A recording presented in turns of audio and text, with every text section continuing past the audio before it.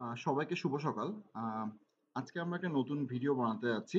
ভিডিওটা হলো ভিসলের যে ওয়াইফাই সিরিজের অনু রাউটার গুলো আছে, সেই অনু রাউটার গুলোকে আমরা কিভাবে আ খুব ইজিলি বা আ কিভাবে কনফিগার করতে হয় এই টাইপের ছোট একটা ভিডিও তৈরি করতে যাচ্ছি। তো নরমালি ওয়াইফাই অনু রাউটার গুলোকে শুধুমাত্র একটা রাউটার হিসাবে আমরা কল্পনা করি। যদি রাউটার হিসাবে কল্পনা করি, রাউটার গুলোকে আমরা নরমালি কনফিগার করার জন্য মোবাইল ওয়্যারলেস দিয়ে কানেক্ট করে সেটাকে আমরা কনফিগার করতে পারি। পাশাপাশি এই ওয়াইফাই অনু রাউটারের LAN দিয়ে বা এর ওয়্যারলেস দিয়ে ল্যাপটপে বা ডেস্কটপে কানেক্ট করে আমরা এই অনু রাউটারটাকে কনফিগার করতে পারি।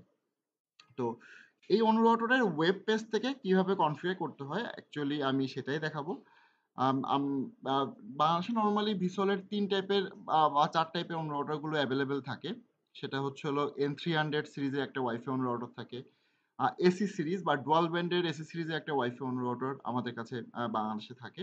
আরেকটা হচ্ছে হলো আ এ ওয়াইফাই 6 যারা গেমিং খেলতে বা গেমিং ইউজার যারা AX3000 যারা হেভি পরিমাণ ইন্টারনেট ইউজ করতে পছন্দ করে তাদের জন্য অ্যাকচুয়ালি আমরা ওয়াইফাই 6 সিরিজের একটা AX3000 মডেলের একটা ওয়াইফাই অনু রাউটার আমাদের কাছে এভেইলেবল আছে। তো সবগুলারই ওয়াইফাই সিরিজ সবগুলোই ওয়াইফাই অনু রাউটার গুলোর ওয়েব পেজ বা ভিউ বা গেস্টার সবগুলাইতে সেম।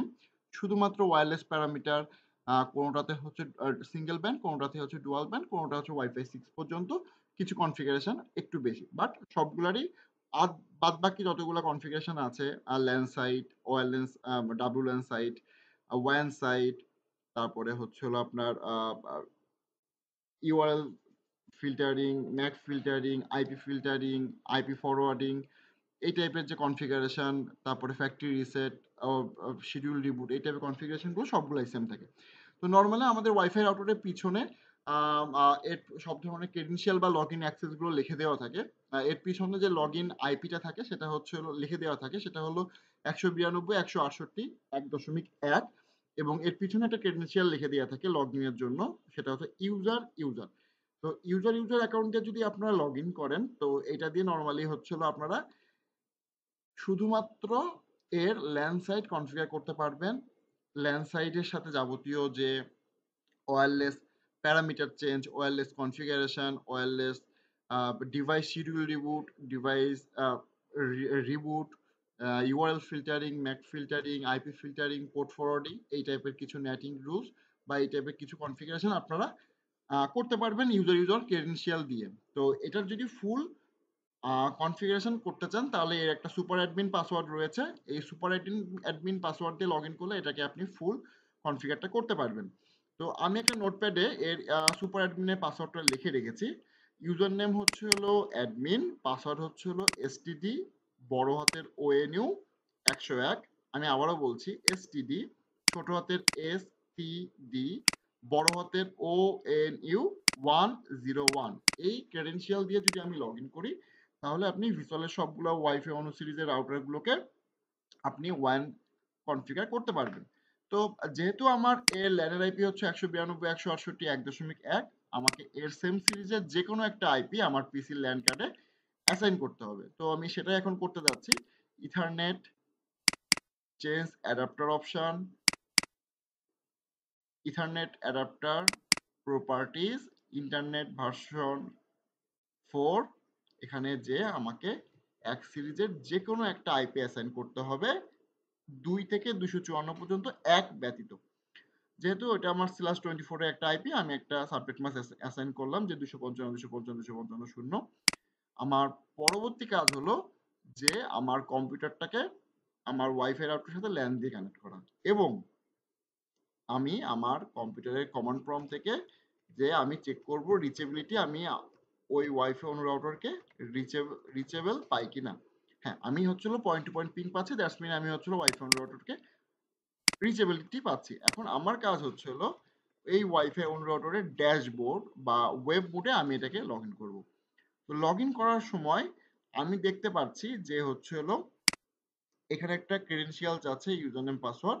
তো আমি আমার নোটপ্যাডে লিখে রাখায় ক্রেডেনশিয়াল দিয়ে এটাকে আমি লগইন করলাম। তো লগইন করার পরে আমার সামনে একটা সুন্দর ড্যাশবোর্ড আসলো। ড্যাশবোর্ডের ভিতরে ডিভাইসের হেলথ, ডিভাইসের model number, serial number, hardware version, firmware version, সেই ডিভাইসটার PON কি আছে সেটা দেখতে পারবো, ডিভাইসে কতটুকু মেমোরি ইউজেস হচ্ছে, কতটুকু সিপি ইউজেস হচ্ছে, এই টাইপের কিছু কনফিগারেশন আমি এখান থেকে দেখে নিতে পারবো। এবং সব থেকে বড় মজার ব্যাপার হচ্ছে এখানে একটা কুইক উইজার্ড গাইড, এখানে আপনি স্টার্ট উইজার্ড গাইডে ক্লিক করেও আপনি জাস্ট নেক্সট নেক্সট ক্লিক করেও এটাকে আপনি কনফিগার করতে পারেন। তো যেহেতু আমি একটু ইলাবোরেটলি বলতে যাচ্ছি, তো আমি আর কুইক উইজার্ড গাইডে নাই ঢুকি। এখানে কিছু ওয়ান ইনফো আছে, যদি আমার ওয়ান কনফিগার হয়ে থাকে এখানে ওয়ানের আইপিটা পেয়ে যাব। পন ইনফো থাকে, যেহেতু এটা আমার ইপোনের সাথে কানেক্টেড, তো এখানে পন মুড ইপন দেখাচ্ছে, ও একটা অপটিক্যাল সেন্সিটিভ পাওয়ার পাচ্ছে -5। আমি জাস্ট শুধুমাত্র এটা 1:16 স্পিডার দিয়ে কানেক্ট করেছি ওইটির সাথে। এখানে এর বায়াস কারেন্ট দেখতে পাচ্ছি, আমি কারেন্ট ভোল্টেজ দেখতে পাচ্ছি, ও কতটুকু পাওয়ার ট্রান্সমিট করতেছে সেটা আমি দেখতে পাচ্ছি। এখানে কিছু প্যাকেটাইজেশন, ওর ওয়ান পোর্ট দিয়ে কি পরিমাণ প্যাকেট যাচ্ছে সেটা আপনি দেখতে পাচ্ছি। তো আমি প্রথমে চলে যাই কিভাবে এটাকে ওয়ান কনফিগার করতে হয়। তো ওয়ান কনফিগারেশনের জন্য আমাকে প্রথমে যেতে হবে নেটওয়ার্ক পার্টে। নেটওয়ার্ক পার্টে প্রথমে আমাদের যেটা দরকার সেটা হচ্ছে ওয়ান। ওয়ানে যাওয়ার পরে আমি শুধুমাত্র ৩-৪টা কাজ করে এই রাউটারটাকে কনফিগার করতে পারি। সে ফর এক্সাম্পল আমি এটাকে মুড হচ্ছে ব্রিজ থেকে রাউট দেব। যদি আমি এটাকে পিপিপিওই স্ট্যাটিক এবং ডিএসপি মোডে কনফিগার করতে চাই, এটাকে আমাকে রাউটিং বা রাউটেড মোড সেট করতে হবে। যদি এটাকে আমি অ্যাজ এ এপি হিসাবে বা হটস্পট সার্ভিস হিসাবে ইউজ করতে চাই, তাকে আমি ব্রিজ মোডে কনফিগার করব। যেহেতু এখন আমি বর্তমানে আপনাদেরকে দেখাবো কিভাবে পিপিপি মোডে কনফিগার করব, তার মানে এটাকে আমি রাউটিংটা সিলেক্ট করলাম। সিলেক্ট করার পরে এখানে দেখাচ্ছে আইপি ভার্সন, যে আপনি কোন আইপি ভার্সনটা ইউজ করবেন, আইপি ভার্সন 4 না আইপি ভার্সন 6 না আইপি ভার্সন বোথ। তো আমি সিলেক্ট করলাম আইপি ভার্সন বোথ। তো আপনি কি টাইপের সার্ভিস ইনশিওর করতে চাচ্ছেন, ডিএসসিপি, স্ট্যাটিক আইপি, পিভিপিওই? তো আমার এখানে ডিজায়ার সার্ভিস হচ্ছিল পিভিপিওই।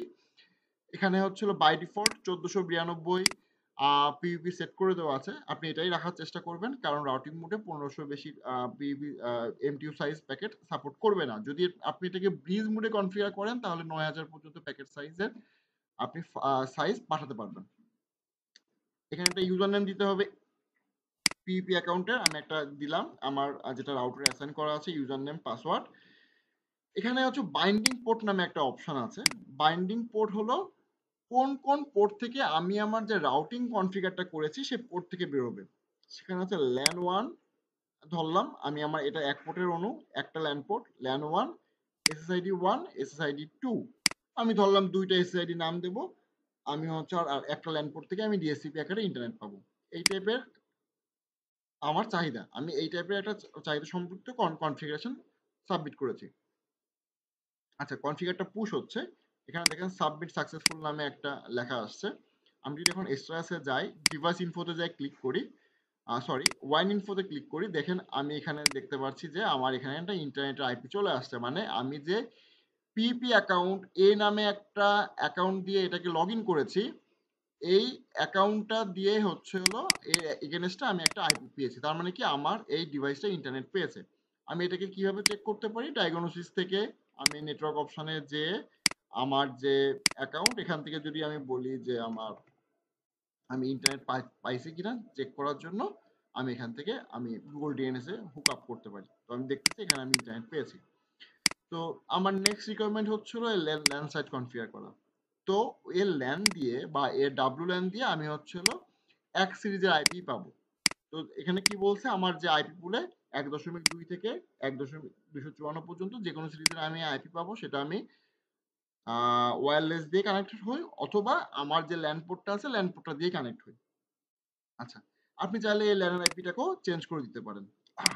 এখানে এমটিইউ নামে একটা অপশন আছে, এমটিইউ বাই ডিফল্ট রাউটিং মোডে 1500 কিছু পরিমাণ আইপি প্যাকেট হেডার বিয়োগ হয়ে 1492 পর্যন্ত হবে। আর সেখান থেকে আরো 28 প্যাকেট দিতে 1472 পর্যন্ত আপনি এমটিইউ পাবেন। আর যদি এটাকে আপনি যদি ব্রিজ মোডে কনফিগার করেন তাহলে আপনি 9000 পর্যন্ত প্যাকেট সাইজ পাঠাতে পারবেন। যদি আপনাদের TR-069 সার্ভার থাকে তাহলে এখান থেকে TR-069 এনাবেল করে TR-069 এর যে কনফিগারেশনটা এখান থেকে আপনারা করে নিতে পারবেন। এই রাউটারটা TR-069 সাপোর্টেড। এখান থেকে আপনাদের টাইম শিডিউল এখান থেকে আপনারা চেঞ্জ করে নিতে পারেন বাংলাদেশের টাইম মতে, আপনাদের যে এনটিপি সার্ভারটা আছে সেখান থেকে দেখিয়ে দিয়ে।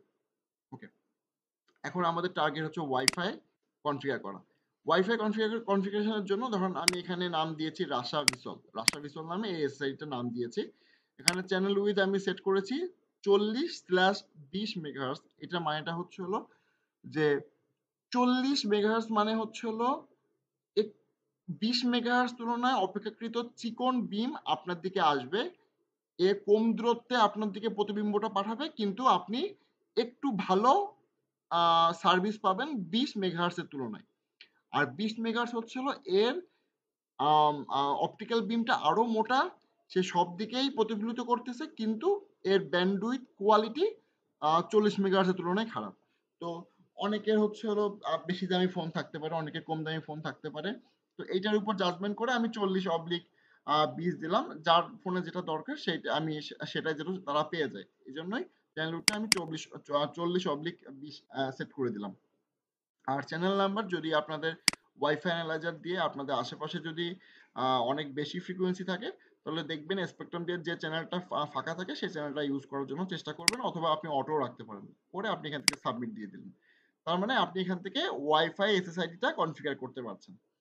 তো এস এম এস আপনি হচ্ছে হলো এই যে ওয়াইফাই এসএসআইডিটা কনফিগার করেছেন তার পাসওয়ার্ড আপনি এখান থেকে সেট করে রাখতে পারেন। পাসওয়ার্ডটা আমি এর আগে সেট করে রেখেছি, বা বাই ডিফল্ট এই নামে সেট করা থাকে। তো এই পাসওয়ার্ডটা আপনি এখান থেকে সেট করে রাখতে পারেন। তেমনি আমি এখানে আরেকটা এপি মোড কনফিগার করেছি, যে এটা ধরেন আগেরটা ছিল আমার রাশা ভিসুয়াল নামে, আরেকটা হচ্ছে রাশা অফিস নামে একটা এসএসআইডি কনফিগার করেছি। সেম এসএসআইডিটাকে আমি আবার আলাদা পাসওয়ার্ড দিয়েছি। এখান থেকে ক্লিক করে আলাদা পাসওয়ার্ড দিয়ে কনফিগার করেছি, যে যাতে আমার টু টাইপ অফ মানে দুই গ্রুপের পিপল দুই ধরনের এসএসআইডি তারা ইউজ করতে পারে, এই আর কি। তো এইভাবে হচ্ছে আপনারা এই ওয়্যারলেস প্যারামিটারটা কনফিগার করতে পারেন বা মডিফিকেশন করে নিতে পারেন।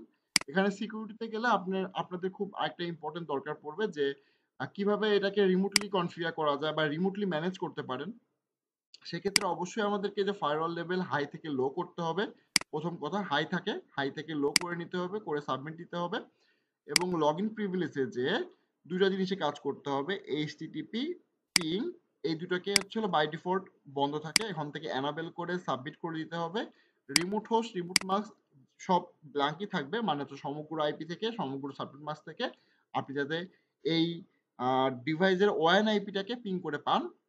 সিমালটেনিয়াসলি আপনি যদি চান যে আপনি ল্যান সাইট থেকেও এবং ওয়ান সাইট থেকেও সেম ওয়েব পোর্ট দিয়ে, মানে 80 পোর্ট দিয়ে, অথবা আপনি যদি পোর্ট নাম্বার চেঞ্জ করতে চান পোর্ট নাম্বার চেঞ্জ করে ওই পোর্ট দিয়ে আপনি সমগ্র আইপি থেকে আপনার এই ওয়াইফাই অন রাউটারটাকে রিমোটলি অ্যাক্সেস করতে চান, সেজন্য এটাকে কনফিগার করে রাখতে পারেন এইভাবে। এসএমএস এখান থেকে আপনি IP and port filtering configure করে রাখতে পারেন যদি আপনাদের দরকার পড়ে। এখান থেকে আপনি ব্ল্যাক লিস্ট বা হোয়াইট লিস্ট কনফিগার করে রাখতে পারেন যদি আপনাদের এরকম টাইপের চাহিদা থাকে। ওকে। এখানে হচ্ছে হলো ম্যানেজমেন্টে গেলে একটা সুন্দর একটা ফিচার আছে। ফিচারটা হচ্ছে হলো কারেন্ট কনফিগারেশন ম্যানেজমেন্ট। এখান থেকে সেভ কনফিগারেশন অ্যাজ ডিফল্ট, মানে আসলে আমি বর্তমানে যে পিভিপি নামে অ্যাকাউন্টটা কনফিগার করলাম, এই কনফিগারেশনটা অবস্থায় এই কনফিগারেশনটাই আমি ডিফল্ট কনফিগার হিসাবে সেভ করে রাখতে চাই। অনেক সময় অনেকের বাসায় বৃদ্ধ বাবা মা থাকে, তাদের ওয়াইফাই রাউটার ফ্যাক্টরি রিসেট হয়ে যেতে পারে। তো সেই ক্ষেত্রে আমরা যদি এই কনফিগারটা করে রাখি, সেক্ষেত্রে যে সুবিধাটা হয় যে আপনার রাউটারটা কনফিগার হলেও বর্তমান যে ওয়ান কনফিগারটা আছে এটাকেই সে ডিফল্ট কনফিগার হিসাবে রেখে দেবে। আপনি যতই ফ্যাক্টরি রিসেট করেন না কেন। আপনি যদি এই কনফিগারটাকে আবার যদি তুলতে চান যে না আমি এখন থেকে আর কনফিগারেশনটাকে এই কনফিগারটাকে ডিফল্ট কনফিগার হিসেবে রাখবো না, তখন হচ্ছে cancel the self custom default এই কনফিগারটাকে করে রাখতে পারেন। মানে করে সেভ ডিফল্ট কনফিগারটা করে রাখতে পারবো। এখান থেকে আপনি কনফিগার হচ্ছে হলো ব্যাকআপ রাখতে পারেন বা কনফিগার ডাউনলোড করে রাখতে পারেন। এই টাইপের কিছু কনফিগারেশন আছে। এখানে আরেকটা অপশন আছে যে এখান থেকে আপনি শিডিউল রিবুট দিতে পারেন। যে এখানে হচ্ছে হলো আপনি হচ্ছে হলো কোন দিন, সপ্তাহের কোন দিন বা প্রতিদিন রাত ২টার সময় আপনার ডিভাইসটাকে প্রতি ১২ ঘন্টা পর পর বা ২৪ ঘন্টা পর পর একটা শিডিউল রিবুট হবে। এই টাইপের একটা শিডিউল মেকানিজম আপনি করে রাখতে পারেন। আহ এই তো মোটামুটি একটা ওয়াইফাই রাউটারের ভিতরে যা মেকানিজম থাকে এই হচ্ছে হলো তার বেসিক। আজকে মোটামুটি এই পর্যন্তই। সবাই সুস্থ থাকবেন, ভালো থাকবেন। পরবর্তীতে কোনো একটা ভিডিওর সাথে আমাদের সাথে দেখা হবে। সবাইকে ধন্যবাদ।